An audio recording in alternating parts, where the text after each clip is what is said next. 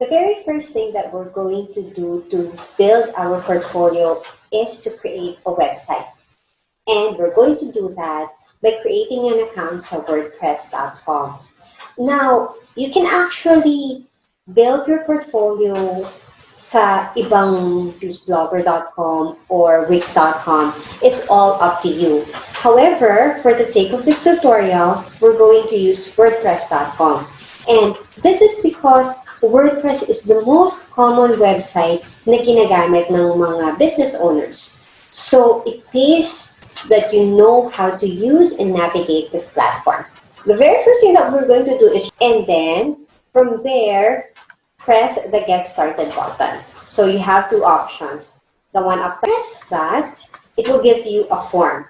As you can see here, bale, this is step 1 of 4.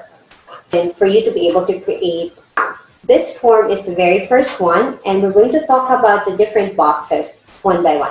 The very first one is for you to choose your site name.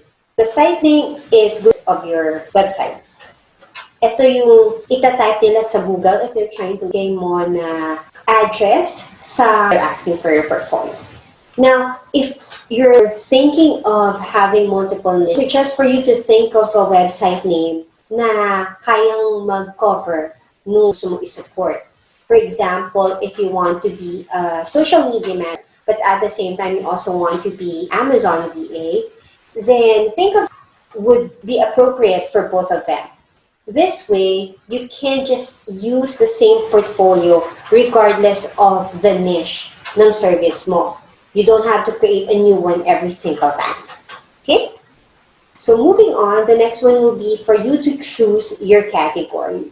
Now for us, we can just simply say that it's for a freelance service. The next one is kung ano yung goal ng website natin. So for us, we can choose showcase our portfolio, and it's the very last option. So just put a check mark dun sa box for your choice. And then for this one naman, it's just asking us to rate navigating the website. So if medyo new, just select 1, 5. This is actually okay. Wala namang bearing to. They just want to know how proficient are you in using their site. So don't too much about it. If you're just newly starting website nila, it's totally fine. Once you fill out the form, just click on continue and then choose the free service. So as you can see here, ipapakita niya sa iyo yung mga iba't ibang options that you have. However, this one lang yung free. Pag free yung kinuha mo na, difference niya lang is, as you can see here, merong wordpress.com at the end of your name. It's going to be okay, but it's enough na for the meantime for you to show your portfolio. However, if you want mong .com lang sa'yo, like for example, if you want one, you can have the option to pay a fee for that. Si WordPress, meron siyang iba't ibang plans and iba't ibang services na kasama dun sa plan na yon. Actually, yung domain is free na. But if you don't want for that, just click on the Start with Free at the very bottom and you're good to go. Okay, so enter your email address and select a password. And then, once you put that in, just click on Continue and your account will be created. Now, this is how it's going to look like.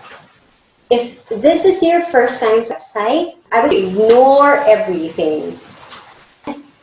Just focus here. Left-hand side, itong side, dito lang tayo magpo-focus. So if you click the drop-down, the pages, and the post. So ito lang muna yung gagamitin natin for the sake of our portfolio. Okay? If you want to view your site, you can actually check it here. Ano ba yung difference ni pages and ni posts? So let's go and check sa inyo. Now, as you can see here, our site is very simple.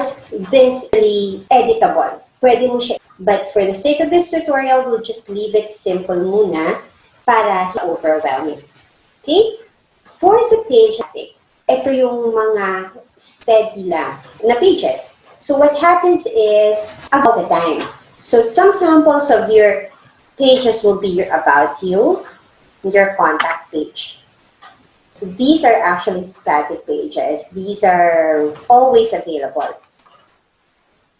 Si post naman, eto lang the post. Si post, they are listed in chronology. Means na, for example, as you can see here, this one, I created it noong 2018 pa. Now, if I create a post today, what will happen is this one will go down and then yung new post will be very top. Every time you create a new post, na bumababa yung mga luma. Yung bago yung lagi na uuna. So that's the difference. Si pages, gagamitin natin if there are certain we want to be readily available parts. And then, yung post naman, may content para sa portfolio natin. That's it for the WordPress. Iiwanan muna natin siya. The next step that we're going to do is to actually look for content. And we'll be talking about that next.